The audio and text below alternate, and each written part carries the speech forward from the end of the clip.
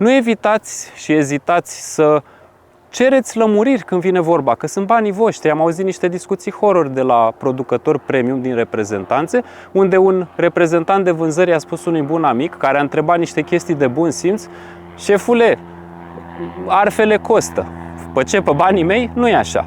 Adică, normal, consilierii de vânzări de la orice firmă, și spun chestia asta în cunoștință de cauză, pentru că am lucrat cu publicul 11 ani la bancă, este inadmisibil să ai o atitudine din asta față de client. Tu ești obligat să-ți lămurești clientul, pentru că dacă el pleacă lămurit, înseamnă că nu are dubii și că alege folosind niște informații foarte clare și concrete.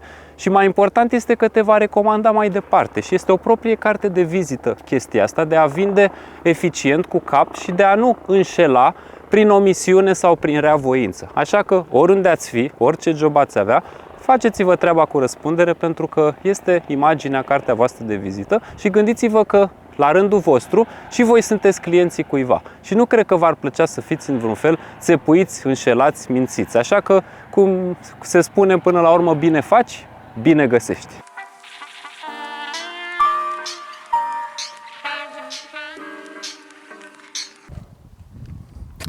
Cred că trebuie să încep cu un pic de punere în context, așa cum fac la toate prezentările, pentru că nu e doar vorba despre fier, despre cât costă și chestiuni din astea de domeniul evidenței și ale concretului. Prețul de început se și poate vedea pe caroseria mașinii, pentru că este o mașină de la reprezentanța SsangYong, care are două sedii în București pe care eu le cunosc, și anume cel de pe Iuliu Maniu și cel din zona Pipera, de unde am luat mașini de la bun început. Este prima companie din România care ne-a dat o mașină nouă. Când am început activitatea pe canal, țin minte și acum, am fost să iau acel Corando vișiniu de culoare cu unul din foștii colegi de canal, care, chiar dacă nu mai e aici pe canal, are și el o activitate proprie pe YouTube. Eu zic că își face treaba bine și este un tip care se pricepe la ceea ce face, respectiv consiliatul pentru mașini. Numele său fiind Daniel Leulescu. Și cu ocazia asta cred că vă dați seama din această retorică că eu nu le port pică, nici lui Mihai, care au stilul lor propriu de prezentare. Nu sunt ei niște persoane tehnice, mă gândesc că vor avea niște valențe pozitive din moment ce au un public care se uită la ei. Așa că, în general, eu sunt pacifist, de fel contrar a ceea ce pare poate în multe prezentări, și scopul meu nu este să fac vizualizări, nu este să vin cu ceva senzațional, pur și simplu îmi place să vorbesc mult despre mașini și despre multe alte subiecte. Îmi place să împart informație care să ajungă la niște oameni pentru care prezintă interes. Că sunt mulți sau puțini, nu ține de mine până la urmă, așa că va urma o prezentare, la fel ca multe altele, de cel puțin o oră, în care îmi propun să vă fac să înțelegeți această mașină, așa cum fac și cu celelalte mărci. Și până la urmă trebuie să vorbesc despre Coreea, ca să înțelegeți mai bine mașina asta. Lumea, când aude de SsangYong, foarte eronat spune că este o chinezărie, că nu e ce trebuie. În primul rând, Coreea nu e în China, nu este China, și nu are niciun fel de legătură culturală cu China, chiar dacă oamenii ăia se întâmplă să aibă niște ochi oblici. Un anume ministru al apărării al Rusiei, mai exact pe nume Sergei Shoigu, are o față de chinezoi, are ochii oblici, fiind din Republica anumită Tatarstan, care este o formă de organizare a Republicii Federale Ruse. Practic, acolo sunt foarte multe state micuțe care n-au nicio legătură unul cu altul din punct de vedere cultural, vorbesc mai multe limbi, însă de foarte multe ori oamenii au un aspect, să zicem, mongoloid, așa cum sunt majoritatea asiaticilor. Dar faptul că au ochii oblici și că vorbesc printre altele rusă pe lângă limba proprie nu înseamnă că au vreo legătură unii cu alții. La fel cum în țările arabe, faptul că au aceeași limbă scrisă cu șerpișori nu înseamnă că toți arabii sunt la fel. Și cam așa e și cu mașinile. Și de asta consider că e foarte important să pui într-un context mai larg un lucru. Coreea este o țară foarte lovită de soartă, ca să zic așa, de-a lungul istoriei. Cândva era o țară unită. Toată peninsula coreeană reprezenta o singură națiune. Așa cum din punct de vedere, să zic așa, al ADN-ului și acum se întâmplă chestia asta. Doar că, printr-un context de evenimente, acel război din 1953, unde s-au implicat și americanii printre altele, a avut un efect devastator pentru acea țară. Japonezii sunt o nație cu care coreenii nu se înțeleg, este o chestiune reciprocă, se întâmplă, cred, și în prezent chestia asta și a dus la niște modificări culturale foarte interesante pe care o să le povestesc în această prezentare. Și în urma acelui război coreean, practic s-a scindat această țară, așa cum s-a întâmplat și cu Vietnam. Diferența însă este că Vietnamul s-a reunificat într-o formă în care era și înainte și în prezent este o țară comunistă, dar nu în acel sens de comunistă, pentru că, printre altele, are un turism foarte dezvoltat. Coreea însă este un caz unic în lume, pentru că există Coreea de Nord, unde lumina e stinsă la propriu și probabil dacă s-ar reuni granițele, ar dura niște sute de ani ca acea țară să ajungă la nivelul la care este Coreea de Sud, din care provine această mașină. Coreea de Sud care poate fi definită destul de grosier ca o dictatură economică pozitivă. Și aici contează foarte mult prin ce au trecut acești oameni, ce i-a motivat să facă chestia asta și din câte observ, majoritatea fondatorilor industriilor mari din zona Coreei de Sud, adică de exemplu Samsung, Hyundai, printre altele, sunt oameni care au fugit din Coreea de Nord și asta cred că spune ceva despre cum sunt ei formați ca oameni și prin ce au trecut. Această Coreea de Sud, practic, este una dintre cele mai dezvoltate țări din lume, are una dintre cele mai solide industrii, că vine vorba de lumea auto, să spunem, au vreo 4 producători, printre care SsangYong în forma actuală, care se va numi KG Mobility, este al 4-lea, însă când vine vorba de vapoare, sunt cam lideri din punctul ăsta de vedere, având niște șantiere navale foarte dezvoltate. Și profitabilitatea este mare, nu mai zic de segmentul electronic. Samsung este un gigant efectiv când vine vorba de varietatea produselor pe care o are. Noi ne gândim doar la telefoane, dar gândiți-vă că Samsung are și industrie grea, macarale, excavatoare, utilaje de mină, vapoare, tot felul de chestii din astea, motoare și sunt foarte multe chestiuni care nu se văd, dar ei le știu. Și cumva Coreea a fost ghidonată de către un conducător care a pus barda pe ei și a zis trebuie să fim acolo și ca să ajungem acolo trebuie să facem asta. Și a forțat populația să aibă un stil de lucru productiv. Și gândiți-vă că la ora actuală Coreea de Sud râde de Japonia, spune că sunt niște fraieri că și-au pauză de masă și că sunt niște oameni care sunt leneși și se culcă pe ureche și merg pe faima proprie, adică să ne dăm seama cam ce voință au acești oameni de au ajuns la acea performanță economică. Și pentru a înțelege poate foarte bine Coreea de Sud, vă invit să vedeți un episod pe care acum ceva timp, nu foarte mult timp, colegul de breaslă Kadaru-san, pe numele său Dan Kadar de la Zona IT, a făcut, să zic așa, un episod destul de tematic despre această țară în raport cu firma Hyundai și Samsung, explicând de exemplu cum președintele de la Hyundai, născut în Coreea de Nord, își bătea la propriu subalternii directori, aruncându-le în cap cu scrumiere de sticlă în timpul ședințelor, pentru că nu își îndeplineau țintele de vânzări.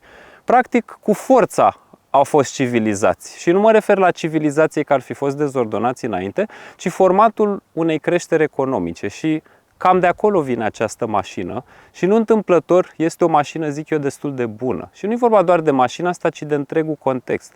Această civilizare cu forța a creat niște mamuți economici care însă sunt foarte bine gestionați. Și chestia asta se întâmplă și în Japonia, cu care chiar dacă ăștia sunt la cuțite, pe bună dreptate, pentru că chiar au fost la propriu la cuțite, baionete și gloanțe, pentru că japonezii, oricât de preferați îmi sunt ca cultură, au fost destul de criminali și duri când a venit vorba de război. Adică gândiți-vă câți ar fi în stare să-și ia viața prăbușind un avion Mitsubishi într-un portavion american și crezând în chestia asta.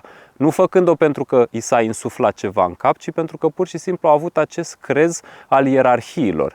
Nu e de dorit să facem așa ceva, dar ne dăm seama ce îndârjire au aceste popoare și când își propun să facă ceva, cam reușesc, doar că trebuie să o facă în contextul regulilor normale.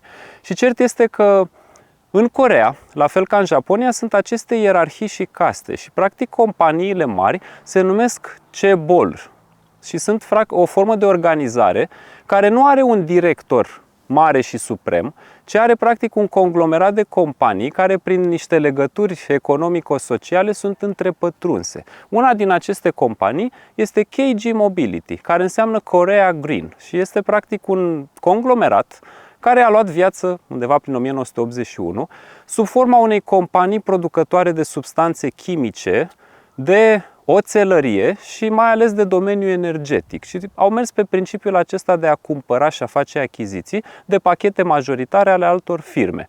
Merger and acquisition. Și practic au crescut și au devenit un jucător important în economia Coreei. Undeva prin anii 50, în paralel, lua naștere o companie auto care asambla sub contract jeepuri americane pentru armata americană. De la bun început, acest producător, care avea să se numească ulterior pentru mult timp SsangYong, a produs mașini sub licență. Chiar dacă nu erau desene făcute de către ei, proiectări tehnice, le montau și au învățat cum se face până la urmă de la unii care au inventat anumite chestiuni și uneori chiar le-au și îmbunătățit. În 1981 aproximativ au făcut un parteneriat cu Mercedes pentru a putea face tehnică Mercedes cu bani mai puțini și în perioada respectivă au avut un sumar așa de patroni de-a lungul timpului, cum au fost de exemplu SAIC Motors din China și DU, care la un moment dat a fost cumpărat de General Motors. Însă n-au fost neapărat niște chestiuni de durată și indiferent de patronajul pe care l-au avut acest parteneriat cu Mercedes-Benz, care și-a dat seama că pentru a intra pe piața aceea asiatică, unde se aplică regula cercului, cum o numesc eu, pentru că dacă desenezi pe hartă un cerc în zona aia intens populată din Asia, în interiorul acelui cerc locuiesc cam de 5-6 ori mai mulți oameni decât în afara lui. Și atunci, că sunt săraci, că sunt bogați, că au o culoare a pielii variată, nu contează. Sunt foarte mulți și au nevoie de mașini și firmele au învățat să profite de chestia asta în sensul bun. Toyota s-a aliat cu Suzuki și cu anumiți producători specifici din zonă, cum ar fi Mahindra, pentru a face mașini specifice acelor zone, scutere, tuk-tucuri și așa mai departe, chestiune pe care și Mercedes a făcut-o, pentru că și-a dat seama că nu putea să vândă niște produse europene pe o piață unde prețurile sunt foarte mici. Lumea nu caută luxul și opulența din statele occidentale și trebuie să te adaptezi pe acea zonă. Cert este că acest parteneriat cumva a funcționat până astăzi în cazul acestor mașini când vine vorba de tehnica motor. Și pentru foarte mult timp, vehiculele SsangYong au avut motoare diesel de Mercedes aproape identice, în sensul în care luau coduri motor de Mercedes și benzină și diesel de 5 sau 6 cilindri pe care le montau longitudinal la acea vreme, însă licențiau tot mai puțin sistemul de injecție pentru a nu fi o licență costisitoare. Și așa se face că foarte mult timp acele dieseluri stil Mercedes, care erau efectiv identice, nu aveau injecție Common Rail Bosch, ci injecție Common Rail de la Denso, care este la fel de bună, că este firma Toyotei. Și în felul acesta au făcut niște mașini care erau oarecum clone tehnice ale unor Mercedesuri, însă într-un parteneriat de tipul win-win. În sensul că Mercedes primea know-how de a construi eficient și ieftin pentru acea piață și putea să-și vândă produsele prin intermediul lor acolo, iar SsangYong a putut să facă partea asta de învățare și de adoptarea unor tehnici destul de simple și ieftine. Și de asemenea, aceste parteneriate au dat rodul unor mașini interesante, cum au fost Musso și Corando, care au folosit anumite situații din astea de tehnică comună și pe unele piețe acele mașini chiar s-au vândut cu sigle de Mercedes și DU, printre altele, că depinde de patronul care a fost. Și până în prezent, tehnica motoare benzină și diesel de la SsangYong este majoritar inspirată de Mercedes, dar are și anumite părți comune cu structurile de motorizări de la Kia Hyundai, neîmpărțind neapărat fix anumite piese. Unele sunt absolut identice, cum ar fi supapele solenoid de la variatoarele de distribuție, care sunt exact ca la motoarele Kappa, Gamma și Smartstream de la Hyundai, însă orientarea motorului și felul cum este el structurat general seamănă mai mult cu cele de Mercedes. Deci sunt practic niște familii comune care au fost reunite și asta nu este întâmplător, pentru că firma care a proiectat motorul ăsta, care se numește generic M-Stallion, este o firmă austriacă care pentru foarte mult timp a făcut consiliere tehnică pentru Mercedes. Însă acel parteneriat oficial a expirat și această firmă a putut să cedeze din ce în ce mai mult know-how tehnic lui SsangYong pe partea asta de motorizări. Acest 1.5 TGDI, deși se numește la fel ca cel de Hyundai, nu e același motor, dar de asemenea nici nu este același motor ca cel de Mercedes, deși codul pe care îl are G5PM pare să fie ca unul de Hyundai Kia.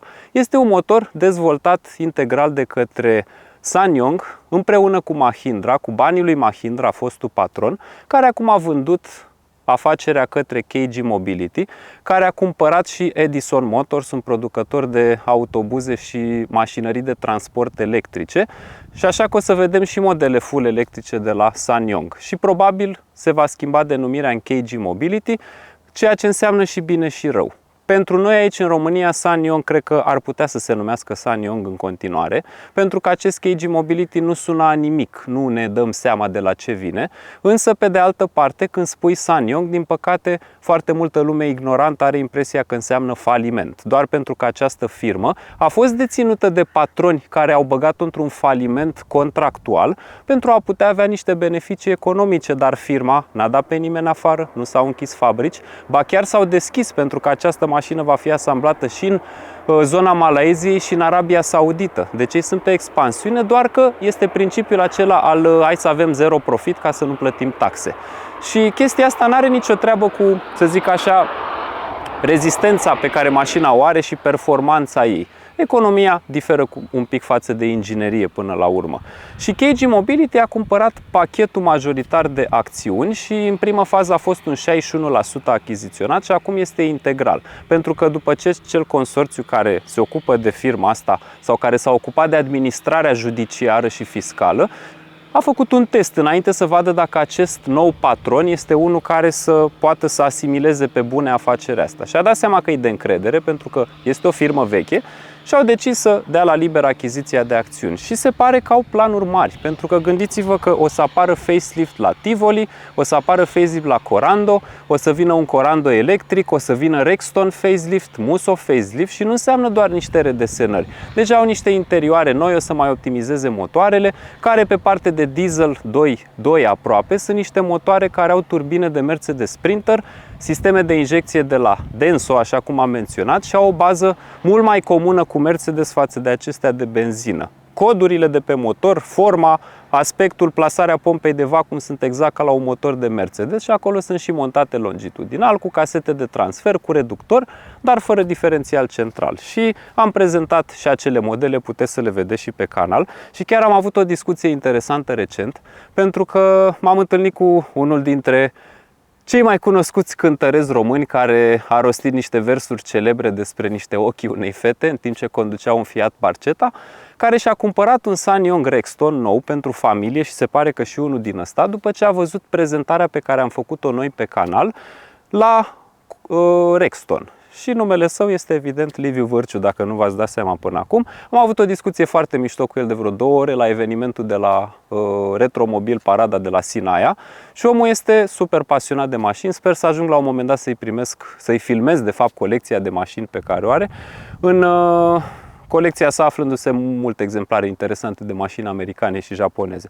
Dar aia este o discuție pentru altă dată și am vrut să fac acest intro ca să înțelegeți că mașina asta n-a picat așa din cer, n-a apărut de nicăieri. Și sincer, nu știu dacă acum industria românească, de exemplu, care este una super tare pe producția de mașini, pe componente de mașini, dar noi nu facem mașini integral, pentru că Duster-ul, așa cum este el, Loganul, Sandero și așa mai departe, sunt niște produse ale grupului Renault, care, da, sunt asamblate și proiectate cu ajutorul românilor, dar nu este un produs 100% românesc. Însă ăsta este un produs 100% corean, pentru că toată logistica și asamblarea lui sunt făcute acolo. Dar evident că, la fel ca la orice alt producător, se lucrează cu furnizori. Și ideea este că au foarte multe modele în urmă, noi, de la care au putut să ia piese. Și poate laterala mașinii vă duce cu gândul, la fel ca și pe mine, la Tivoli Grand, când vine vorba despre uși și panta descendentă a acoperișului. Numai că a fost reîmpachetată această estetică într-o nouă linie de design care mi se pare că este destul de des întâlnită pe la majoritatea producătorilor care fac mașini pentru piața americană. Dacă ne uităm la recent lansatul Hyundai Santa Fe, acum vreo 2 zile au fost publicate pozele, arată aproape la fel ca această mașină. Și trebuie să ne uităm că SsangYong a avut niște schițe publicate online acum câțiva ani buni cu aceste desene, așa că se prea poate ca Hyundai de data asta să se fie inspirat de la ei, deși și ei s-au inspirat la un moment dat de la Hyundai pe parte de producția de faruri, cutiile de viteze de 8 trepte care sunt de Hyundai, că cele de 7 trepte longitudinale erau de Mercedes, 7 Getronic. Și de asemenea vedem noile Toyota Land Cruiser J250, adică modelele Prado, cum a evoluat, de exemplu, designul de la Toyota Crown de America, care a devenit cu motor transversal și este un fel de SUV-uleț monovolum, așa ca variantă, numai acel sedan elegant cu tracțiune spate și motor longitudinal. Mie îmi pare rău, dar trebuie să recunosc că este o mașină interesantă. Și, în general, linia asta de design spartană, în sensul bun, o vezi și la Land Rover, o vezi și la mașinile coreene, o vezi și la producătorii americani și să știți că oricât de mult ar semăna această grilă cu Jeep-ul, SsangYong a avut în trecut, prin anii 80, niște modele care foloseau o grilă aproape la fel. Doar că asta, dacă numărăm, are 6 elemente verticale, în timp ce Jeep-ul folosește 7. Cum ar veni, roata este rotundă la toată lumea, dar trebuie să recunoașteți că este un design reușit. Și ce îmi place este la partea din spate, haionul care are o integrare a unei aparente roți de rezervă, care de fapt nu este acolo și deși are un mâner care este plasat orizontal, pare că haionul se deschide ca o ușă de șură într-o parte, ca la o mașină de teren din aia veritabilă, dar de fapt el se deschide electric și e foarte drăguț împachetată chestia asta. Ba mai mult decât atât, poți să-i pui opțional și praguri și pe acel montant foarte lat în partea din spate se va putea atașa o cutie din aceea unde poți, de exemplu, să ai o canistră de benzină, adică are un iz off-road destul de interesant, nefiind însă o mașină gândită pentru un off-road veritabil, pentru că are un sistem de tracțiune integrală, să zicem stil Haldex, adică cuplaj pe puntea spate multidisc cu un diferențial de tip deschis, care câteodată poate să mai antreneze și acea punte. Fix mașina asta nu este echipată cu tracțiune integrală, dar nu e un capăt de țară că pentru 1990 de euro poți avea acea variantă. Și structurarea nivelurilor de echipare și prețurilor este, să zicem, aproape perfectă. Ce nu-mi place nici mie și nici celui de la SsangYong de la care am ridicat mașina este că nu poți să alegi o culoare diferită a tapițeriilor. Dacă ai ales deja un nivel de echipare, primești implicit niște materiale de o anumită culoare, care sunt bune fizic, dar dacă ești, să zic așa, ai o preferință pentru o anumită culoare, nu poți să faci chestia asta și te limitează un pic. În primul rând, prețul mașinilor începe de la 28.950 și se termină la 37.980. Sunt 4 niveluri de echipare care au o spațiere între ele de vreo 1.500-2.500 de euro. La fiecare din ele ai posibilitatea de 11 culori exterioare, care sunt destul de stridente și interesante. Jantele sunt pe 17, 18 sau 20 de inci în funcție de nivelul de echipare și pot fi luate și opțional, iar tapițeriile sunt ori din textil, ori din stofă din aceasta amestecată cu, sau textil cu tapițerie din aceasta de piele ecologică, cum se numește, mușama, sau o tapițerie din piele reală, cum are acest model. Însă mie cel mai mult îmi place cum arată nivelul de echipare sub acesta de top, care are o linie interioară cu piele sintetică maro, care pe lateralele scaunelor are un textil foarte rezistent, cel puțin la prima impresie. Cred că din imaginele care au fost suprapuse pe acolo trebuie să fiți de acord cu mine că ăla arată mai bine decât ăsta vizual. Doar că probabil în timp, ăsta fiind interior de piele veritabilă, s-ar putea să fie mai rezistent. Acum depinde de constituția fizică a fiecăruia și obiceiurile sale de încălecare și descălecare din scaun. Că dacă 10 ani freci pernele alea, evident că se vor uza indiferent de material. Cert este că ai aceste configurații de materiale, ai posibilitatea de a accesa în general pe echipările inferioare până la 10 pachete, care includ și aria sistemelor de siguranță, chestiuni care țin de sisteme de confort, sisteme de asistență suplimentare și chestiuni de estetică. Dar ai și posibilitatea să ai opțiuni individuale, însă dacă e echiparea asta de top, vei vedea faptul că nu prea ai ce să-i pui opțional în afară de tracțiune integrală, pentru că, de exemplu, primele două niveluri de echipare vin în standard cu cutie manuală. Primul nivel de echipare nu poate fi echipat cu cutie automată, începând de la al doilea nivel până la al patrulea, poți să pui cutie automată, dar repet, pe al treilea și al patrulea nivel, cutia automată vine standard și pe oricare din variante și mai puțin prima, poți să pui tracțiunea integrală. Și cutia automată și tracțiunea integrală costă fiecare din ele 1990 de euro și cutia este un veritabil Aisin TF81SC, adică o cutie japoneză de la Toyota cu 6 trepte și convertizor, care este folosită de zeci de firme pe sute de modele, pe zeci de milioane de vehicule produse. Ford, Volvo, chiar și Volkswagen a folosit-o pe unele modele în afara Europei. Le vei vedea de asemenea pe anumite versiuni de vehicule General Motors, nu mai zic de Toyota că e firma producătoare, și este una dintre cele mai bune cutii produse vreodată. Am putea să-i spunem că este ZF8HP-ul transversal.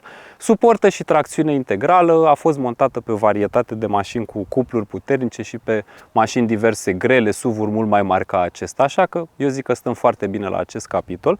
Și cumva spatierea asta a prețurilor ne arată că mașina este un picuț mai scumpă decât un Duster în versiunea de bază, însă din nou trebuie să fiți de acord cu mine că un Torres Scale, cum ar veni, are mai multe dotări decât un Logan, un Duster de top. Acum, fiecare mașină are rolul ei. Plusurile Dusterului sunt probabil disponibilitatea pieselor și chestiuni care țin de dezmembrări, accesibilitatea serviciurilor, costurile de mentenanță, că sunt niște motoare făcute în Europa, e o mașină mai pentru piața noastră, și o gardă la sol care este top de top în segmentul ei. E și tracțiune integrală, doar că nu poate fi și 4x4 și cutie automată. Și cutia automată este una cu ambreiaje uscate, cu 6 trepte, care, din punctul meu de vedere, nu va fi în timp la fel de rezistentă ca aceasta cu convertizor și cu bloc de valve hidraulic clasic, cutie cu reductoare planetare. Iar opțiunile sunt foarte variate la această mașină, pentru că ai ecran digital în bord, care arată exemplar. Este ceea ce mi-ar fi plăcut să văd pe gama de vehicule ID3, 4, 5, ID Buzz și toate electricele de la grupul VAG, care, de exemplu, nu-ți pot afișa pe ecranul din bord consumul mașinii, îl poți vedea doar pe cel central. Este sintetizat destul de bine, are o grafică ce se poate citi foarte bine și cu ochelari polarizați, iar ecranul central este aproape ok, în ideea în care în pozele de promo și ce se vinde în afara Europei, mașina are un ecran central care nu are butoane. Doar că se pare că încă nu este parametrizat bine softul și nu au riscat să-l aducă în Europa în forma aceea în care se mai bloca și mai existau anumite probleme de lentoare în răspuns. Așa că acest model are preluată varianta care venea pe un Tivoli sau un Corando și asta înseamnă că are niște butoane fizice pe lateral, dar ai o calitate relativ ok a acelui afișaj. E ușor de folosit, nu are foarte multe submeniuri, dar nu-i vreo minune a industriei, însă răspunde destul de bine. Și ce este drăguț este că au preluat conceptul acela pe care, de exemplu, îl folosește și Audi, de a avea un ecran suplimentar oblic cu funcții tactile pentru climatizare, ventilația, încălzirea scaunelor, funcții suplimentare de start-stop, auto-hold, ESP, traction control, toate cele, care este plasat în zona inferioară. Anumite chestiuni poate puteau fi optimizate mai bine în sensul de a pune climatizarea pe butoane fizice, dar e un trend care se tot întâmplă și probabil au concluzionat că asta caută europenii. Dar cine știe, în viitor ori veni facelift-uri, se rezolvă. Faruri pe LED, care însă nu sunt adaptive, ci sunt cu B-LED sistem, dovadă că au și reglaj de înălțime de pe ecranul acela. Scaunele sunt perforate cu piele, ventilate, încălzite, volanul este încălzit, bancheta spate este încălzită pe locurile exterioare, spătarul se poate regla pe două poziții, pot fi pliate, are un portbagaj foarte mare, poate să ajungă până la aproape 2000 de litri. Din păcate nu poate tracta 2 tone jumate cu sistem de frânare, ci 1 tonă jumate sau 750 fără, dar e suficient pentru o rulotă sau pentru o remorcă clasică, că până la urmă, dacă vrei să tractezi heavy loads din astea, ți-e un Rexton, așa cum a făcut recent amintitul Liviu Vârciu, care chiar trage o barcă de 2 tone cu acea mașină și a zis că e foarte mulțumit de ea din punctul ăsta de vedere.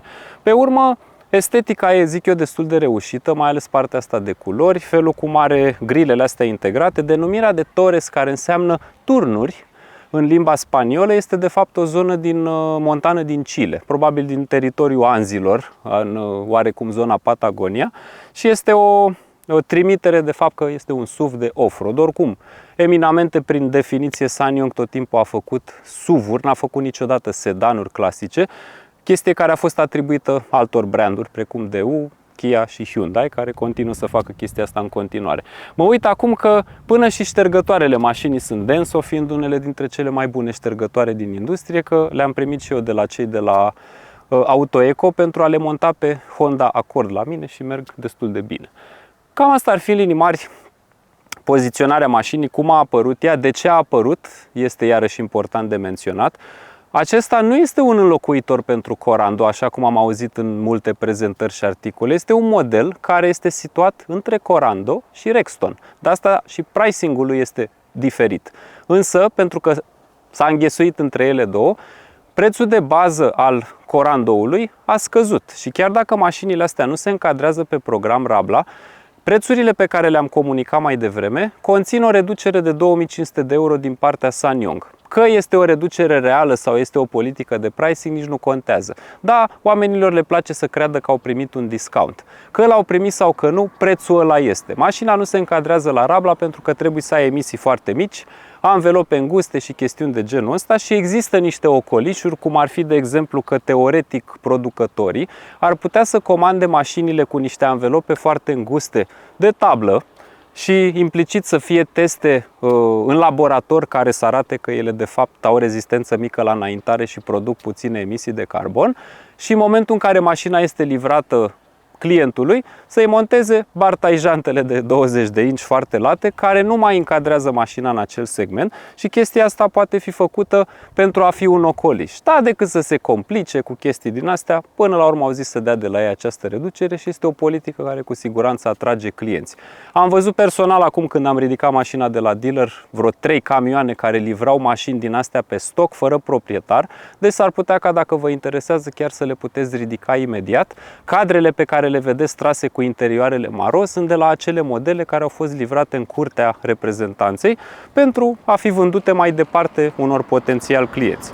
Și este un brand în care personal am încredere pentru că le-am tot testat mașinile și lăsând la o parte faptul că au fost ei prieteni cu noi și ne-au dat mașini, niciodată nu o să am o afinitate pentru un brand doar pentru că ne dă niște mașini.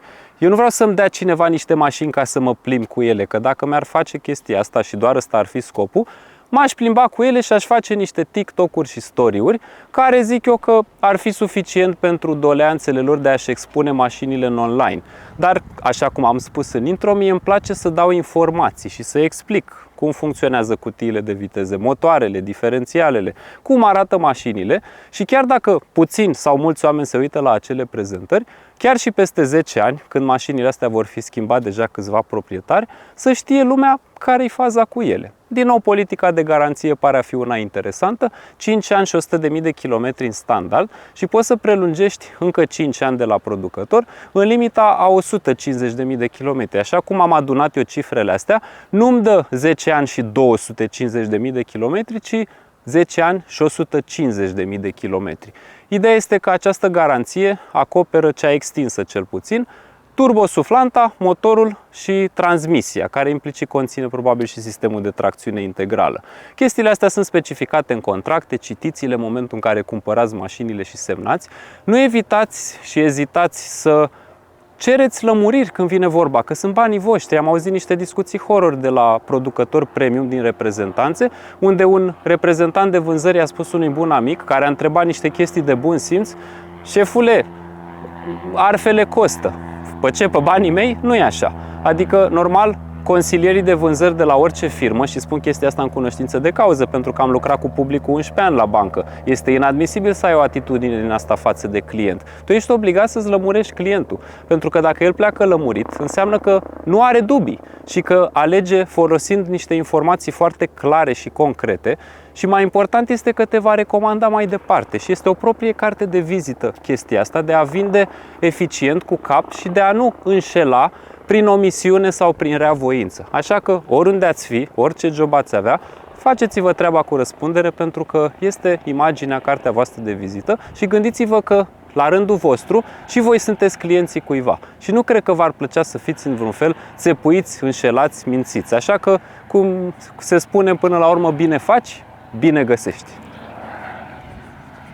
Acest motor este o preluare directă de pe modelele anterioare, adică acel 1.5 TGDI, care înseamnă Turbo Gasoline Direct Injection, un termen pe care îl folosea la un moment dat și Kia Hyundai, cu niște motoare destul de similare. El dezvoltă 163 de cai și 280 de Nm când vine cu o transmisie manuală și 163 de cai și 260 de Nm când vine cu această transmisie iSyn.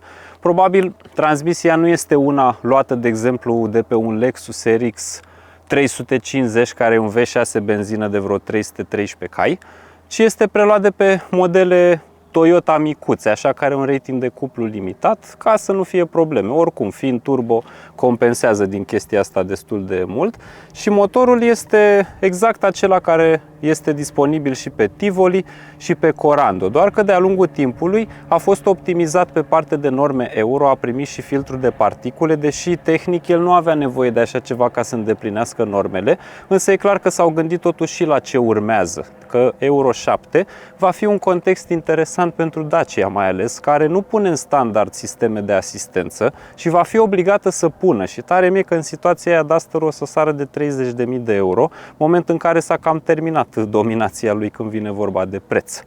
Motorul acesta are tot felul de elemente interesante, de exemplu variatoarele de distribuție, solenoizii ăștia de control, sunt exact ca cei pe care îi găsești pe Hyundai. Asta nu înseamnă că sunt de Hyundai, ci înseamnă că probabil sunt făcuți de BorgWarner, care face în general lanțuri și sisteme de distribuție, pentru că în lumea auto se lucrează cu subcontractori. Încă o piesă BorgWarner este bobina de inducție, care are pe ea un cod care seamănă obscen de bine cu Mercedes, A175-458 sau 1580003. Codurile astea sunt exact ca cele de piese de Mercedes. Genul ăsta de cod însă seamănă cu ăla de Hyundai. Motorul însă nu e de niciun fel de Mercedes sau de Hyundai, pentru că, de exemplu, deși Mercedes are turbina în față și admisia în spate la fel ca acesta și filtrul de ulei sus, nu are stilul ăsta de capac de supape. La Mercedes este de metal și plasarea pompei de înalte este în alt loc și turbina are galerie externă, nu ca aici. Iar Hyundai are turbina în spate și admisia în față și are sistem de EGR cu răcitor situat pe partea din spate și alternatorul la Hyundai este în față, nu în spate. Și asta ne arată că împrumută din ambele lumi. Vizual, estetic, mai mult seamănă cu un motor de Hyundai și, din pură coincidență, 1497 de centimetri cubi are și Hyundai-ul Gamma Smart Stream aspirat de 1.5, dar și motorul M260 M264 de 1.5, doar că alezajele și cursele acestor motoare diferă.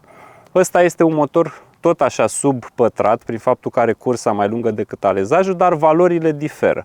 Distribuția este pe lanț, în sensul în care folosește un lanț mic pentru pompa de ulei cu debit variabil și un lanț cu zale clasice, care se poate vedea teoretic pe acolo dacă aparatul cooperează și nu-mi dau seama dacă în zona asta se vede cât de cât.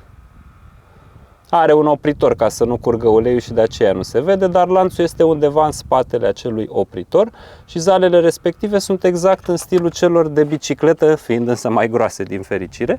Arborii au distribuție variabilă dublă, iar, de exemplu, față de Hyundai, nu are sistemul acela de durată variabilă de deschidere, CVVD-ul, ăla care are un motoraș electric în partea asta de aici. Și ce mai seamănă cu plasarea Mercedes este această pompă de vacuum care este responsabilă strict pentru asistarea frânelor. Turbina este un Garrett și se poate vedea chestia asta aici, o turbină cu wastegate electric cu motoraș și cu blow-off intern, adică acest solenoid la ridicarea piciorului de pe pedala de accelerație, comută și face legătura dintre melcul exterior și cel interior, ducând gazele înapoi la intrarea în turbo, ca să nu existe probleme de suprapresiune. Are și un rezonator pe turbo, furtun de silicon, că aici e temperatură destul de mare, și avem un intercooler de tip air-air, adică admisie pe partea asta, în sus, foarte bine chestia asta pentru că nu rămân gravitațional particule în filtru, trece aerul și intră în partea aceasta de aici, turbina comprimă, prin acest furtun trimite în intercooler, intercoolerul răcește și prin laterala motorului, printr-o clapetă de accelerație situată acolo, pe dedesubtul acestei galerii de admisie din plastic face partea de admisie și sub galerie se află injectoarele directe, care sunt alimentate de o pompă de înalte de la Denso, ce este situată pe o parte, pe aici fiind antrenată de o camă a arborelui de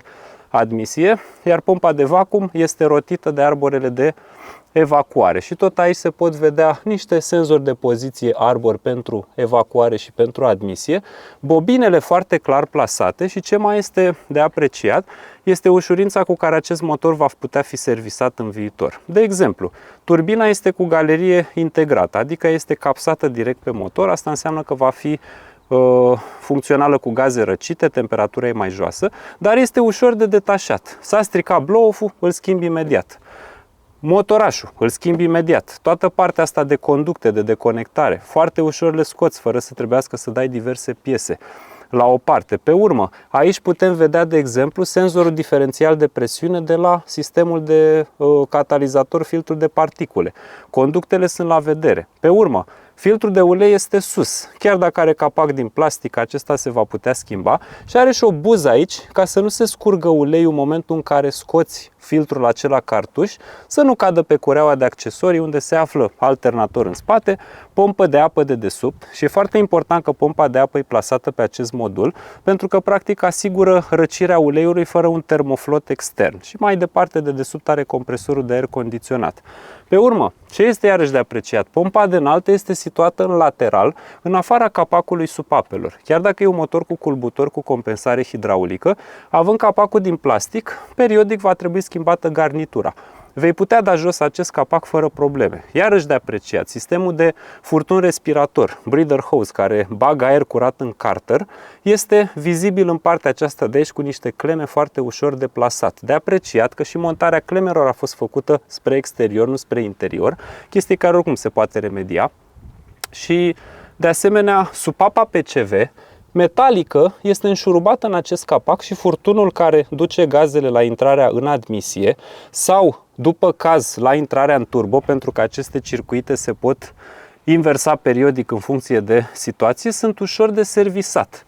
De asemenea, conducta de vacuum de la frâne este ușor vizibilă, bobinele sunt ușor accesibile, cablajele motor sunt toate la vedere și putem vedea că nu numai că sunt matisate și sertizate, sunt și prinse cu aceste prinderi de plastic cu tie wrap din ăștia, iar ce putem vedea iarăși foarte important și de verificat în viitor, sistemul de ventilare canistră carbon, adică cel care aduce vaporii din rezervor, supapa solenoid de purjare care se mai strică la motoare în timp cu comandă electrică este aici, o schimbi imediat, pur și simplu ai o clemă, o scoți, ai schimbat-o, coliere metalice, ea are o supapă de sens care hotărăște împreună cu aceasta unde se duc vaporii.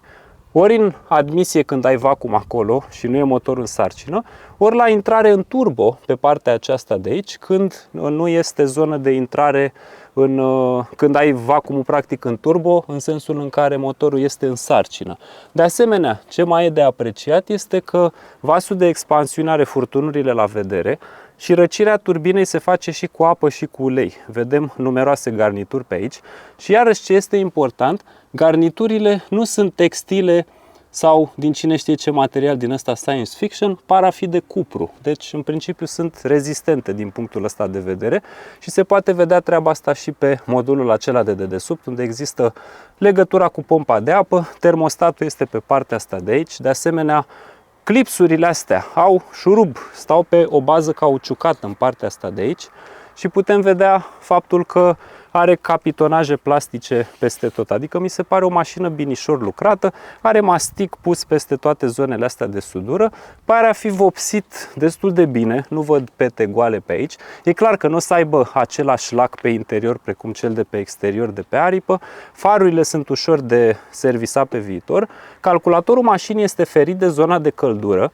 Și ce mai observ? Cred că mașina nu are debit metru, pentru că nu văd un cablaj de intrare în partea asta și asta înseamnă că, la fel ca la multe vehicule nemțești, folosește parametrizare din informațiile senzorilor pentru a calcula cât aer intră, sau varianta 2 este cu MAP, Manifold Absolute Pressure, cum ar fi senzorul acesta de aici, care citește depresiunea și calculează împreună cu un senzor de temperatură volumul aerului pe care motorul l-a înghițit, ca să știe câtă benzină injectează. Și toată zona asta de turbo este destul de compactă, galeria de evacuare fiind în jos cu catalizator și în partea din spate servo electric cu tubulatură clasică. Acolo e un mare gol pentru că mașina asta, neavând 4x4, nu are o zonă din asta de cardan. Și ce am mai văzut interesant, deși nu știu dacă o să pot să integrez acum, este că starterul motor este plasat foarte accesibil în zona transmisiei, uitați-l acolo, și va putea fi de asemenea foarte ușor de schimbat în cazul în care, nu știu, îi se duc cărbunii sau probleme de genul acesta. Conductele de aer, blocul ăsta de frână, la fel de servo ABS, este plasat destul de departe de motor, chiar și alternatorul e situat pe partea rece a motorului, nu pe cea fierbinte. Suportul motor ușor de servisat de asemenea și asta pe viitor. Vasele astea de lichid tot așa plasat, ăsta e puțin mai dubios plasat și va trebui să dai jos bara pentru el, dar mi se pare o asamblare bună și cu o antifonare de asemenea destul de reușită. Cam asta a fost zona de motor. Transmisia este pusă în continuare, are și un termoflot care unește conductele astea de antigel ca să poată să răcească uleiul cutiei și are undeva scris și faptul că este Aisin AWCO Ltd, un sticker acolo clasic care se găsește pe toate aceste mașini și până și capacul motor are un aspect mat, deci nu se va scoroji în timp și are un burete destul de generos pe partea asta de antifonare, capsat cu elemente metalice. Și asta ne arată că vorbim de o mașină făcută cu destul de mult simț de răspundere sau niște detalii. Bateria este încastrată într-un scut, prinsă cu o prindere metalică și uitați-vă, uite, atenție la detalii. Trebuie să smulgi capacele astea, apeși frumos și se dă peste cap și are efectiv o balama, adică nu un plastic care să se prindă. De apreciat de asemenea și bornele, că au șuruburile destul de ușor plasate în sus, deci de asemenea cheile se vor putea scoate destul de ușor și inclusiv cutia de siguranțe are diagramă, foarte importantă chestia asta, adică nu te vei uita ca prostul care, unde, ce face, trebuiască să cauți în vreun manual și asta înseamnă că și-au cam făcut temele. Și da, poate nu fi în ochii unora cea mai frumoasă, luxoasă și cu prestanță mașină din punct de vedere dinamic, dar stabilește totuși niște standarde și le și menține. Farurile sunt de asemenea frumos integrate, cu proiectoare care sunt pe LED și locul de integrare a linelului de tractare este marcat cu această zonă roșie. Seamănă un pic cu ce vedem la jeepuri, că, așa cum am menționat, roata e rotundă pe la toată lumea. Eu zic că e o mașină cu un aspect foarte reușit. Montantul ăla ce îngroșat parcă a salvat așa un pic situația. Tivoli Grandu nu era o superbitate, dar luând în calcul prețul foarte mic în raport cu ce primea, era multă mașină pentru banii primiți și era cu mai mult accent rațional. Mașina asta clar e mai reușită la desenul jantelor, la estetica grilelor, culorile, ornamente diverse. Are un aspect destul de brut, în sensul bun. E noul trend de design pe care îl vedem la foarte mulți producători și eu zic că arată destul de bine. Dar atul principal al mașinii nu este aspectul, ci pachetele de opțiuni și faptul că e o mașină corectă pentru banii plătiți. În medie, probabil prețul ei de achiziție va fi pe la 31-32.000 de euro. Lumea probabil îndreptându-se către echipările de bază și punând ceva pachete peste. Adică, de exemplu, nu cred că o să o ia toți cu cutie automată și tracțiune integrală. Din start salvează niște mii de euro. Poate nu o să ia cu jante de 20, o să meargă pe 17-18. Culorile toate au cam 450-490 de euro preț. Poate nu or să vrea haion electric și chestii din astea. Așa că ai de unde să tai dacă vrei să reduci prețul. Nu neapărat simțitor, dar oricum perceptibil, să zicem așa. Și ce putea să mai aibă mașina, cred că trapă. Dar în configurator, în listă, nu am găsit-o. În broșura mașinii există. Ele abia au început să fie livrate și de asta cred că va mai dura un pic din punctul ăsta de vedere. Și mai sunt câteva chestiuni din astea de suprapunere, în sensul că doar mașinile cu cutie automată au frână de mână electrică. Celelalte au niște variante din astea manuale. Pe urmă, ci că servodirecția cu asistare progresivă este doar pe variantele cu cutie manuală, deși la această automată nu mi s-a părut în vreun fel că direcția nu ar avea un feeling ok în raport cu mersul la viteză sau la oraș. Vin în standard cu destul de multe chestiuni. Pe urmă, sistemele extinse de frânare automată când mergi cu spatele, blind spot-ul și așa pot fi achiziționate contra cost sau sunt în standard la echipările acelea de bază. Pilotul automat simplu este pe echipările de bază, la astea adaptive ai la echipările de top ai pilot adaptiv care e cu funcție din aceea de frânare automată și vede și semnele de circulație, limitele de viteză. Pe urmă, mânerul de schimbători îmbrăcat în piele doar la versiunea asta de automată de parte de cutie. Ai și variante de sistem audio puțin mai bun, diverse tipuri de tapiserii și în general pachetele iarăși vor mai fi bune. De exemplu, un pachet de vreo 490 de euro îți vine cu scaunele față încălzite și volanul încălzit, oglinda retrovizoare heliomată și geamurile față cu control de urcare și coborâre automat. Detalii din astea. Ecranul nu e cel mai frumos, dar măcar este funcțional, adică decât să fie adus pe la Gigea și să fie avut probleme de soft, așa cum s-a întâmplat pe la grupul VAG, mai ales pe electrice, eu zic că este ok și eu personal am pățit în testele de electrice să mi se blocheze ecranul pentru o perioadă de timp și nu am putut porni, de exemplu, aerul condiționat. Haionul electric este în standard la această echipare, pe celelalte două de mijloc e undeva în jurul a 690 de euro și culorile, da, 490. Așa că e destul de multă mașină la varianta cu care vine și e foarte drăguț designul ăsta de spate pentru că te duce cu gândul la o roată de rezervă integrată și că se deschide într-o parte. Doar că dacă apăsăm aici pe buton, vom observa un mic neajuns pentru cine e foarte chițibușar. Observați că în partea superioară haionul pare să se deschidă cu o viteză mai mică. Nu pare a fi o problemă de efort a motorului, pur și simplu cred că așa este parametrizat, dar asta e un mic neajuns. Oricum, în general, mașinile europene au o viteză mai mare de deschidere. Ambele amortizoare sunt motorizate, par a fi destul de ferite de umezeală, în ideea în care sunt protejate de elementul acesta. Chederele par destul de bine lucrate în partea aceasta de aici, au și niște capace de protecție. De exemplu, pe partea asta există un soi de element cheder suplimentar care pare a avea furtuni de irigare pentru ștergători în partea din spate, iar portbagajul este destul de voluminos și poate fi optimizat pentru că se pliază banchetele și acest element de acoperire se poate retrage, iar zona aceasta prezintă o lampă. Aici există de asemenea niște elemente elastice pentru depozitare, o priză de 12 V. Aici este un spațiu de depozitare, iar una din variante poate avea și roată de rezervă de dimensiuni mici și în partea asta este kitul acela legislativ și sunt destul de adânci spațiile astea de depozitare, iar la închiderea portbagajului parcă are o viteză de coborâre cumva constantă față de normal. Foarte reușite stopurile, pentru că au un fel de luciu dat în zona asta centrală de aici și se aprind frumos pe toată partea. Pe laterale, ăsta este un element unde se va putea monta un fel de decor estetic care poate probabil să aibă o canistră. Ușile par o preluare aproape directă de la Tivoliu Grand, însă o noutate sunt aceste prinderi care îți spune că sunt inutile. Într-adevăr, n-au cine știe ce scop, deși eu le-aș găsi o întrebuințare.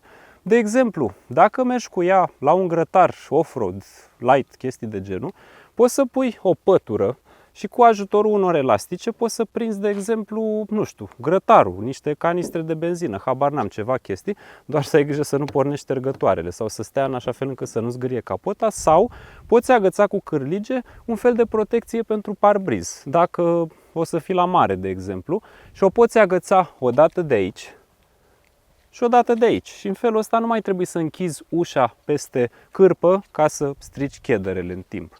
Pe urmă, zona de laterală este cu protecție din asta, ușa învelește pragul și dacă ne uităm în zona aceasta, vedem faptul că are capitonaj integral, Elementul acela pare a fi din aliaj, de sus unde se prinde amortizorul, iar suspensia este cu sistem multibraț. Sunt 4 brațe, 3 care sunt înspre centru, așa, unul dintre ele fiind o basculă și un braț este așa, iar pe față este sistem McPherson convențional.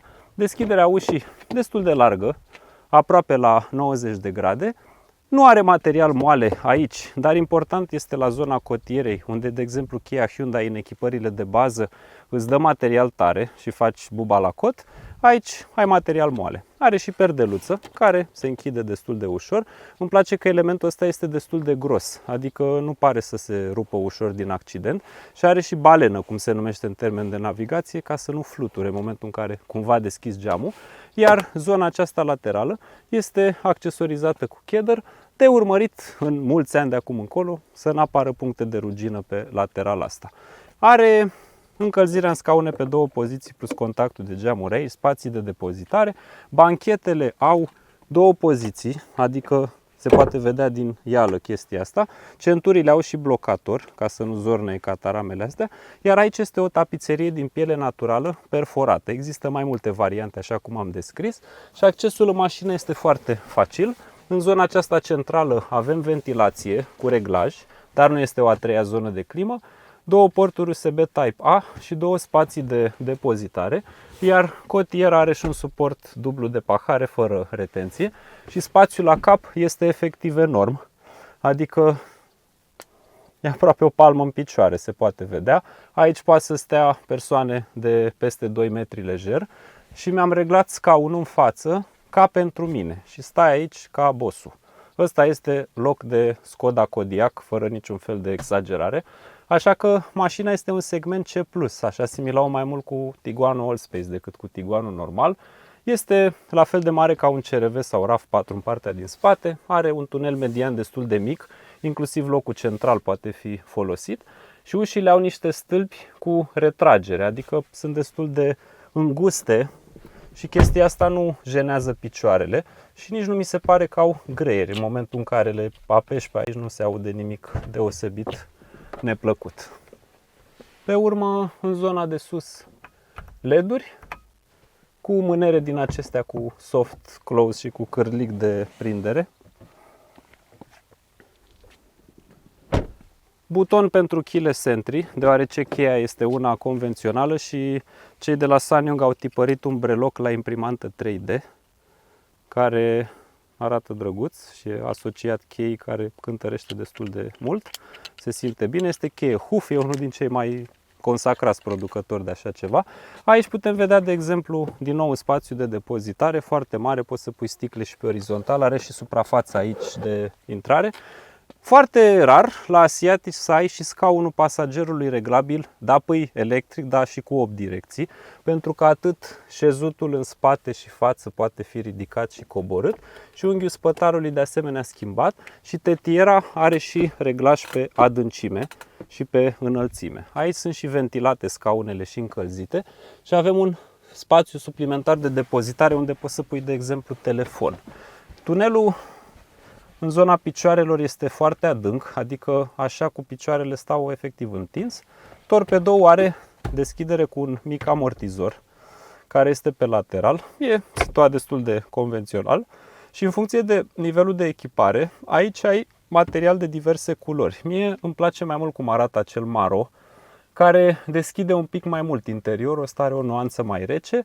Ornamentul ăsta de asemenea e foarte reușit, grilele de ventilație se pot regla din partea asta și din nou, NEMA greier. Deci mașina asta este mai bine asamblată decât un E-Class W213, unde orice împănare a genunchilor, mișcare de ornamente produce niște greieri crunți. Și mi se pare drăguț lucrată, care are iluminat ambiental. Vei avea de asemenea bordul învelit în material din acesta moale. Senzația de apăsare a butoanelor este plăcută și ce mai interesant e că au mai lucrat un pic la detalii, adică un cromuț, o liniuță pe aici de design, la fel schimbătorul nu e o măciucă dreaptă, însă aici ar fi putut să facă treaba mai bine. Dacă ați observat, de exemplu, dozele de cola sau de sucuri în general, cum este aceea de Pepsi de acolo, cele de 500 de mililitri nu mai sunt, sau de 0,33, pardon, sunt foarte înalte, acum nu mai sunt late. Și asta înseamnă că vor juca în acest element, adică aici dacă pui o doză desfăcută sau o cafea din aceea Illy și dai demaraj ca lumea, o să se verse, pentru că nu are o prindere ca lumea și nici nu ai posibilitate de a, nu știu, pune ceva aici. Cotiera voluminoasă cu un spațiu de depozitare acolo este cu cusătură de piele și oglinda este cu închidere heliomată, nu mai are însă suport de ochelari. De asemenea, aici LED-uri cu butoane, scrie Room pentru salon, iar parasolarele sunt extensibile și în partea asta de asemenea are un LED care se aprinde în momentul în care deschizi chestia asta. Și ai mâneri și în partea de sus de aici. Ventilații și în zona asta pentru oglindă, indiferent de cum reglezi în față. Și aici este steagul Coreei în elementul acesta și toată bara aceasta este iluminată ambiental pe multiple culori.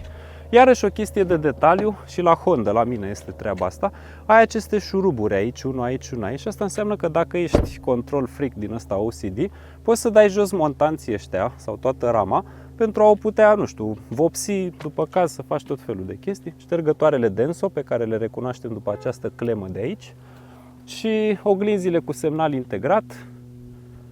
În zona șoferului ai butoanele de blocare, reglajele de oglinzi, funcția de geamuri auto doar pe față, reglaj pneumatic lombar pe două direcții pentru șofer, frână de mână electrică și un tablou suplimentar de siguranță aici. Și în momentul în care intri în mașină, te prinde așa o ambianță destul de plăcută. Volanul acesta, din nou, poate fi văzut pe la foarte mulți producători și coreeni și americani și pornirea motorului este una destul de silențioasă și motorul nu are scuturături, start-stop-ul funcționează destul de bine și dacă ne uităm la bord, mi se pare că are un desen foarte, foarte reușit. Și acum aparatul are o lentilă polarizată montată și putem observa că se citește, nu are head-up display și nu mai are funcția aia pe care Rexton o are de a clona bordul central pe cel din zona șofer. Eu zic că are o grafică drăguță, nu poate fi schimbată, în sensul că doar dacă, mi-aduc bine aminte, schimbi modul de condus, nu se schimbă, doar logo-ul acela, să zic, dispare. Și ai indicatorul de treaptă de viteză, temperatura motor pe partea stângă și pe dreapta ai vitezometru plus partea de indicator benzină. Și în zona centrală există acest indicator, ăsta de fapt e ecranul propriu zis, care are o serie de paginări, asta seamănă destul de mult cu Hyundai. Și ai aici un singur trip computer, dar ai două tripuri pe parte de distanță și undeva jos de tot îți arată efectiv cât ai consumat în litri. Doar că el se resetează pentru că e tripul după plecare, cât a mers autostopul acesta, sistemul de presiune în pneuri, pe urmă următorul ecran este cu sistemele de asistență și aici ai foarte multe setări, de exemplu sistemele de asistență, asigurare cu fața. Pe urmă are suplimentar partea asta de asistență cu spatele la ieșire, dacă să sfrâneze când vine vreun biciclist, ceva de genul. Pe urmă ai deschiderea electrică a haionului a ușii, dacă să te anunțe, de exemplu, când este cineva, când pleacă mașina din față, e util, problema este că el bingăne și zice, vezi că a plecat mașină, bing, și mi-ar fi plăcut să fie doar vezi că a plecat mașină, fără să bingăne și am oprit ăla pentru că în traficul din București evident că tot timpul va pleca o mașină din față și o să bingăne într-una și e puțin enervant. Blocări de blocări automate de la chestii din astea și inclusiv ai toată partea de iluminat ambiental, culori, comoditate, astea sunt cu ștergătoare automate, sistemul de încărcare wireless care este în zona asta de acolo, din bord și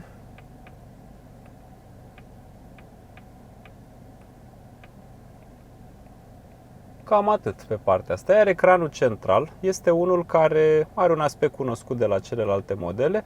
Are o navigație TomTom care este foarte ușor de recunoscut după aceste diagrame și este una dintre cele mai folosite din industrie. Cardul SD de Navi aici. Da, ai un ecran cu ramă groasă, putea fi mai frumos, dar bănuiesc că o să apară la un facelift pentru că el există deja. Nimic din setările mașinii nu poate fi calibrat aici, deși dacă te duci pe Home și dai pe Setup, el are acces din ăsta direct în navigație. Numai că undeva dacă intri pe zona de setări, aici în lateral o să apară tot felul de informații diverse care țin mai mult de setările sistemului audio, de ceas, de limba ecranului, nimicuri din acestea. Iar în zona inferioară, ecranul ăsta are o grafică mai bună decât cel superior și are două zone. Odată are partea de climă, pe care însă o poți seta și sus, pe ecranul mare. Adică, de exemplu, aici, uite, vezi, îți clonează în momentul în care reglezi temperatura, îți apare și sus aici. Și ai funcțiile de ventilație sau încălzire, care sunt pe câte 3 trepte și funcționează destul de silențios. Dezaburiri, start-stop-ul, drive modul sport normal și iarnă. Haionul are posibilitate din asta de deschidere dacă ți-ai apăsat, încălzirea în volan și dacă dai într-o parte, ai suplimentar niște setări din acestea, inclusiv reglajul de înălțime al farurilor, care normal se punea la genunchiul stâng, și luminozitatea acestui ecran, senzorii de parcare care pot fi activați, dezactivați, și în linii mari asta poate fi închis cu totul, ca să nu fie nicio problemă de distragere a atenției, porturile astea USB, încărcător de telefon aici încă un spațiu de depozitare. Și ce mai îmi place este că pe măsură ce miști schimbătorul, care are un feeling destul de solid, distanța dintre D, N și R este foarte mică și e ușor de folosit. Cu clapă din marșarier înspre liber, de fapt dinspre liber înspre marșarier, însă în drive intră fără clapă, deci poți să îl dai frumos așa și la start-stop vei simți cum cutia cuplează, cum ar veni. Singura chestie care nu mi-a plăcut la sistemul de auto-hold care este prezent este că parcă dă drumul la frână prea târziu și un pic mașina țâșnește în momentul în care pleci de pe loc. Comenzile de pe volan sunt foarte vizibile. Zona asta este paginarea bordului. Pilotul automat, care poate fi de asemenea reglat din sistem să fie adaptiv sau simplu. În partea aceasta limitatorul de viteză și distanța, iar în partea asta asistența pe volan, modul pentru radio, melodiile, volumul și comenzile vocale, iar manetele clasice de semnal și ștergătoare sunt destul de vizibile. Cam asta e mașina, să zic așa, e să facem o tură, să vedem ce consumuri știe să ne dea. Gata, plimbărica în scop de test, că trebuie să se întâmple tot timpul. Nu prea am critici așa la adresa mașinii. Am pățit de câteva ori să se restarteze infotainmentul, apărea un soi de eroare de asta ca la Windows, însă o pun pe seama faptului că am eu o mizerie de stick pe care cu insistență îl tot țin. Am muzică pe el, deși e o porcărie pe care tot trebuie să o formatez și e posibil ca ăsta de fapt să supraîncarce sistemul, pentru că fără stick pus nu am avut problema asta, deci bănuiesc că e de la viteza de redare proastă și faptul că probabil se încinge și nu știu, sistemul detectează ceva. Apare chestia asta, repornirea pentru stabilirea sistemului nav kit APP și se resetează, dar funcțiile merg, adică nu rămâi, de exemplu, fără climă sau chestii din astea, merge în continuare. Unde ai aici, mă rog, mai multe zone de auto, dar o să țin pe minim ca să nu se audă partea asta de voiet de sunet. Sunt destul de bine sincronizate chestiile astea pe aici și să-i dăm drumul la test drive.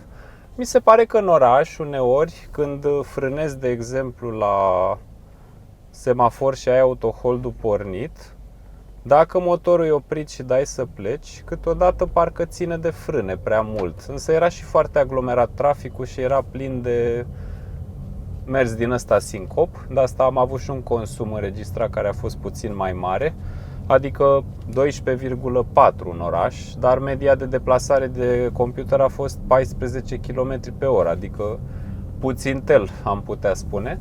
Pe DN1 am avut cam 7.1, 7.2, acum am mai stat cu motorul pornit și a crescut la 7.7, dar viteza de deplasare a fost în jurul la 64-66 de km pe oră pe ruta aia mea cu Snagov până în București și pe autostradă la 140 de km pe oră are cam 10, 8, 11, 2 în intervalul ăsta. Faza e că niciodată Sanyong-urile astea nu au fost niște mașini pentru consumuri cu pipeta, adică un Tivoli o să ia mai puțin pentru că e mai mic și mai ușor și ăla e și cel mai fâșneț, cu 163 de cai, cutie manuală, mașina aia se conduce foarte tare, chiar merge mișto. Astea sunt puțin mai mari, mai voluminoase, ai rațiunea asta, să zic, a părții de spațiu și ce trebuie reținut e, nu știu, părerea mea cel puțin, clientul de SsangYong nu este unul care să caute liniuțe, reprize, chestii de-astea, vrea o mașină a concretului, cât mai mult spațiu, chestii de-astea care să țină de plăcerea pentru familie, nu racing și așa mai departe. Acum start-stop-ul e activat și acum când plec de pe loc e puțin, parcă dă prea multă putere din start, adică de exemplu dacă bruschezi accelerația și mașina pleacă destul de înfipt și așa. Nu sunt adeptul launch controlilor, așa că prefer de exemplu să am transmisia în D1 ca să fie toată treapta cuplată în momentul acesta și să plec de pe loc cu pedala la podea, dar să fie deja mers.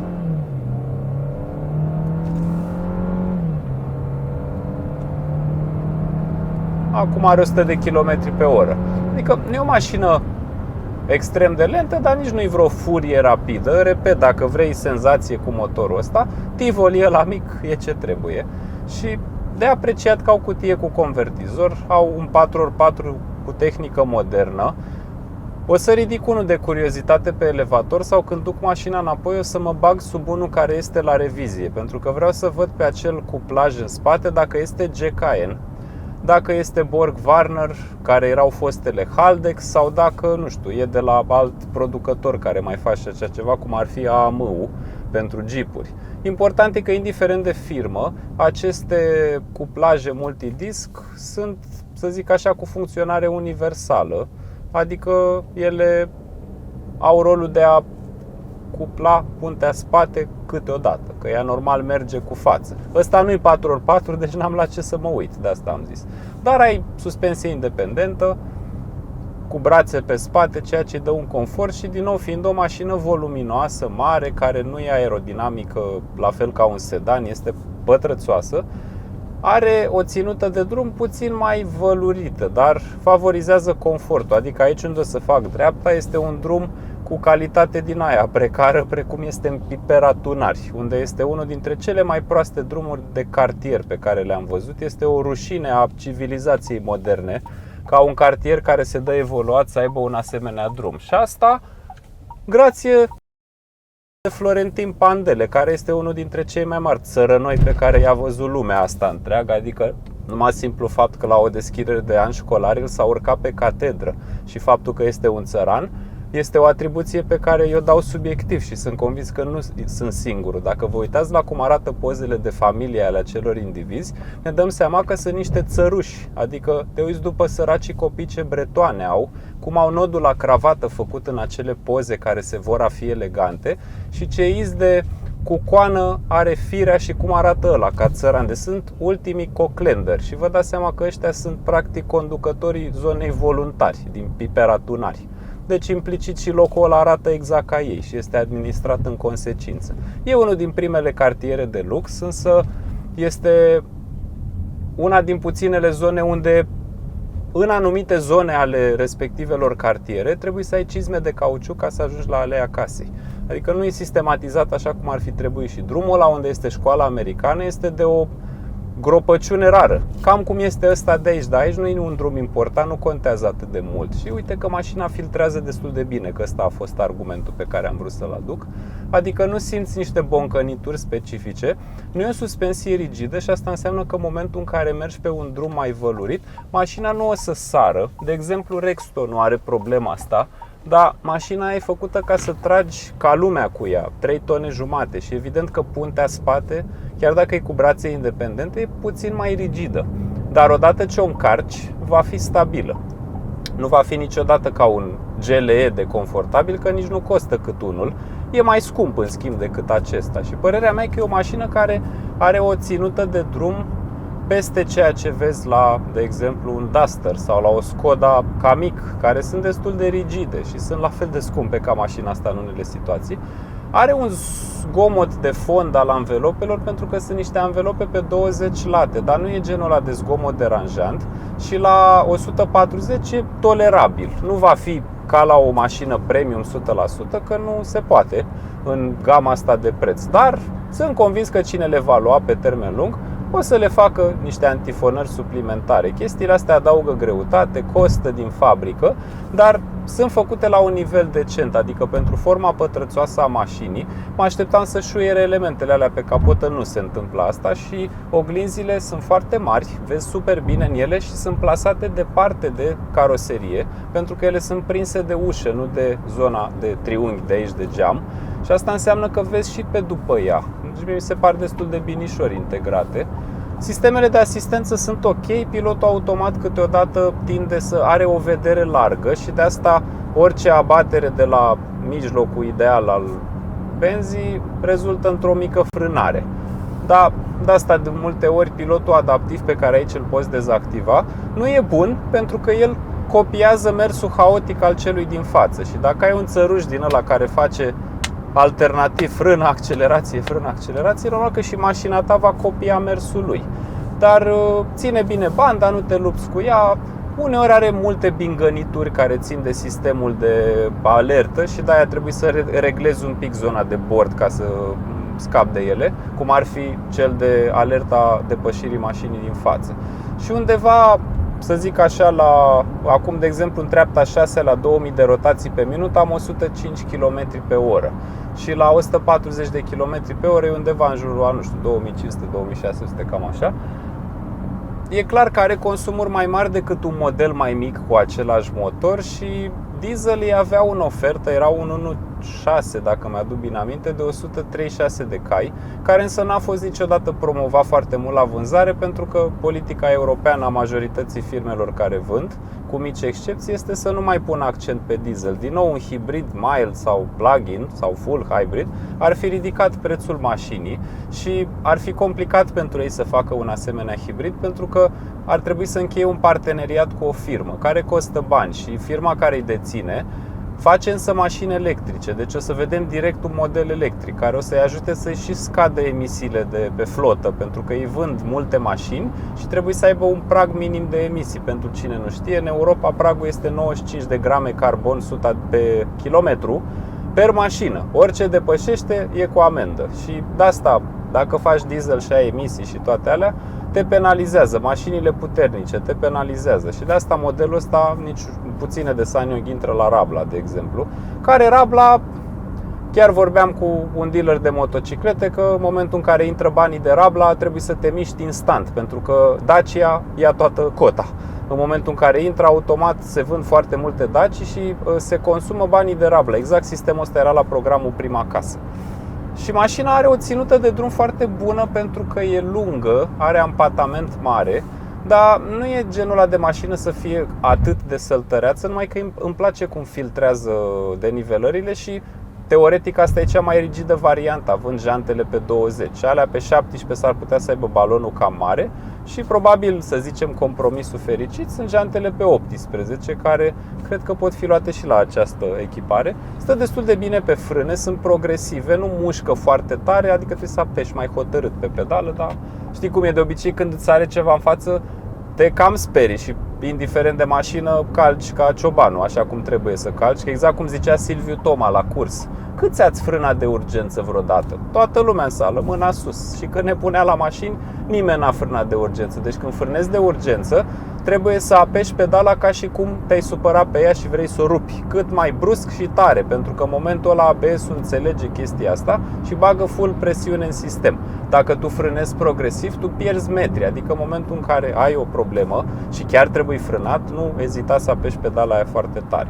Și mașina este chiar interesant setată. Volanul îmi place că e degajat și pentru că e teșit și sus și jos, îți eliberează zona asta a genunchilor. Are mai multe brațe, deci poți să-l țin multiple variante, doar că încălzirile, clima, totul sunt pe acest ecran. Mie mi se pare că merge repede. Adică, de exemplu, acum dacă vreau prin absurd să dau drumul la încălzirea în volan, trebuie să apăs aici. Din păcate asta presupune să ții privirea de la drum, adică era mai bine să fie butoane, dar trebuie să recunosc că e o grafică reușită și asta, mă rog, e, repet, ce cere piața. Iluminatul ambiental iarăși este drăguț, acum s-a activat aici în uși și pe zona de bord și per total are niște materiale foarte bune în zonele unde pui mâna, mai puțin ușile alea în spate, dar repet, fiind o mașină a rațiunii, e foarte probabil ca cine cumpără așa ceva să aibă și 2 copii. Și copiii care stau în scaun în partea laterală o să dea cu mâna, o să se joace cu bacadele, ce mai au ei pe acolo, suzete, chestii, și o să zgârie fațeta aia și cumva e mai bine că e tare. Da, de ochii lumii și așa puteau să pună moale. Nu știu cât conta atât de mult în decizia de achiziție a unei mașini, pentru că de multe ori oamenii care cumpără mașinile astea stau numai în față. Și acum, da, iară face chestia asta cu restartul, deci înseamnă că nu depinde de stick-ul meu. Bănuiesc că o să fie un update la un moment dat. Chestia asta, da, poate fi enervantă, dar nu e ceva, să zic, nu mă deranjează atât de tare momentul ăsta, dar sunt convins că pe cine cumpără mașina ar vrea să nu îi se reseteze unitatea de bord. Am mai avut Sanyong-uri cu sistemul ăsta și nu am pățit neapărat chestia asta. Mașina nu e cald, afară nu e foarte cald. Bănuiesc că e un mic bug de software, dar îi putem ierta pentru asta, pentru că, repet, la frații nemți, personal la o Skoda Enyaq, 45 de minute nu am avut rece în mașină pentru că a făcut friz ecranul. El era aprins, dar nu funcționa și nu am putut porni compresorul și trebuia să filmez și efectiv am slăbit 5 kg de cât am transpirat. Detalii mici din astea care, mă rog, se întâmplă la toate casele, dar ce vreau să apreciați este că am pățit și am spus, adică eu nu ascund ce pățesc chestii de genul acesta. Au mai fost situații de check engine pe care le-am menționat la Mazda CX-60, am avut un check engine pe AdBlue. Era o impresie a sistemului că avea consum prea mare de AdBlue și am fost la reprezentanță în Craiova, am pus-o pe test, a anulat eroarea, n-am mai avut problemă. Rechemări sunt la toate mașinile și ideea e că chiar, uite, vă invit în zona de comentarii pe cei care aveți Sanyong-uri să ne spuneți dacă, sau să spuneți urmăritorilor dacă ați avut anumite situații care s-au rezolvat sau dacă nu s-au rezolvat, un sondaj de opinie. Eu am auzit pe forumuri mâna a doua chestii de genul, cum că, vezi, Doamne, anumite mașini Sanyong ar fi avut probleme cu motoarele care consumau ulei, care au avut probleme de cutii de viteze. Eu nu am auzit problemele astea pentru că, repet, cutiile astea de viteze sunt de Aisin, Toyota, și care sunt foarte bune și sunt folosite de zeci de branduri. Acum e foarte posibil ca mașinile alea să fie avut sute de mii de kilometri și să nu fi fost întreținute. La fel, la motoare, cam toate motoarele moderne au o mică tendință de a păpa ulei pentru că merg pe ulei subțire, segmenții sunt subțiri. Ce e important la motorul ăsta e că, chiar dacă e din aluminiu, are cămăși de, să zic așa, un amestec de fontă spre oțel, adică este fier plus un conținut ridicat de carbon, dar este un strat suflat sub forma unui procedeu specific pe interiorul pereților. N-are cotă de reparație, dar oricum orice motor modern poate fi bucșat cu cămăși de fontă sau de oțel și automat, când sunt ele bătrâne la 100.000 de kilometri, le poți prelungi viața, doar că e complicat cu pistoanele pe cotă, că nu vei găsi și foarte puțin spre deloc niciun producător acum nu mai face așa ceva, să vândă cote de reparație pentru pistoane, doar vinde, cred că, pentru cuzineți în anumite situații, pentru că, de exemplu, dacă prin absurd se strică o pompă de ulei, îți învârte cuzineții de la arbore sau bielă și automat trebuie să ai cotă de reparație pentru arbore și pe cuzinet sau arbore nou cu totul cu asta, adică sunt obligați să vândă piesele astea, dar cotă de reparație pe pistoane, cum se făcea pe vremuri, nu prea. Da, astea sunt nuanțe, până la urmă, sincer, în stilul în care se merge cu un Sanyong, că nu o să facă nimeni raliu cu ele, părerea mea e că vor fi niște mașini interesante pe termen lung, pentru că vor fi întreținute, adică cine le-a cumpărat, cred că va avea totuși o situație din asta de întreținere bună la ele. Am văzut destul de mulți oameni care merg la revizii. Aici, de exemplu, sunt niște setări suplimentare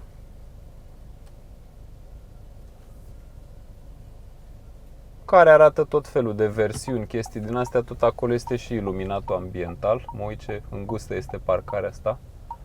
Da, ne descurcăm destul de ok cu mașina, deși are un gabarit destul de mare. Repet, nu mi se pare deloc o mașină din asta care să fie micuță. Uite, aici, de exemplu, este iluminatul ambiental.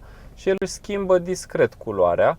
Are un mod personalizat de poți să-i pui tu ce culori vrei sau e cumva, cred că, dependent de modul de condus. Dacă dai pe Drive Mode Sport, se înroșește. Dacă dai pe normal, nu are treabă. Nu-i foarte intens, mie îmi place violetul ăla, movul, foarte mult. Mi se pare că iluminează destul de bine și la fel, mașina se parchează ușor. Are cameră HD de marșarier, adică este, să zicem, camera poate mai bună decât poate grafica sistemului să afișeze. Și alertă la mers cu spatele, frânare automată, a văzut și pe acolo că se mișcă copiii ăștia, bravo părintelui că are grijă de ei, că săracii copii n-au nicio vină că vor să se joace, așa că în parcările astea aveți grijă să nu sară în față vreun copilaj nevinovat, că să nu fie tragedii și probleme. Și servodirecția iarăși ușor de folosit, adică nu regăsesc un minus pe partea de operare a mașinii, pentru că pur și simplu nu trebuie să fie atât de strict cu ea. Adică hai să nu avem pretenții de BMW X5 de preț triplu, însă într-adevăr ce este de observat, și chestia asta se întâmplă în general cu mașinile coreene, nu au cele mai eficiente motoare pe partea de consum de combustibil, dar trebuie să pui și în balanță cu prețul, pentru că una e să fie o mașină de 20.000 și alta e să fie una de 80.000. De exemplu, un BMW X5, cum este cel din față, cu un B58 de 3.000, care are în jurul a 340-360 de cai, va avea consumuri mai mici sau egale cu această mașină în multe situații. Pe autostradă nu ia 12 sau 11,2 cât e asta, de exemplu. În oraș tot cam 12 jumate ia la un mers normal, dar e cu totul alt calibru de mașină. Adică trebuie puse în balanță chestiile astea, pentru că dacă te uiți strict absolut, da, zici, îmi iau X5 pentru că are consum cu 2 litri mai mici, dar ești dispus să dai în loc de 38.000, 100.000 pentru acei 2 litri, adică contează și chestia asta, nu m-aș uita atât de mult la treaba asta.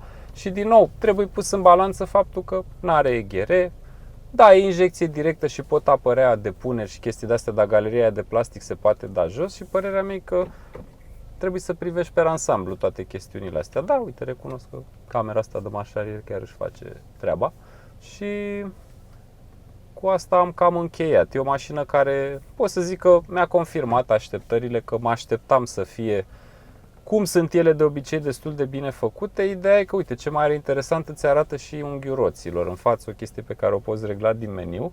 Însă ce de reținut e că, sau ce am vrut eu să comunic, mașina se simte ca un upgrade față de Corando, pentru că are un design destul de fresh și cel puțin ecranul ăsta de bord contribuie la treaba asta și per total designul interiorului cu acest ecran în partea inferioară și luminile astea discrete este binevenit. Nu e un pas enorm în plus, pentru că până la urmă el nu înlocuiește Corando, ci este în plus față de el, intră în gamă până în Rexton și păstrează linia asta de design pe care o au. Chiar sunt curios de cel electric, la ce preț va veni și există niște informări interne, înțeleg, dar să lăsăm să apară mașinile, că știi cum e, dacă eu, să zic, prin absurd aflu un preț de interior, dar se întâmplă ceva între timp în piață, poate nu o să mai pas ofere la prețul ăla și nu vreau să ofer o informație eronată, să zic așa.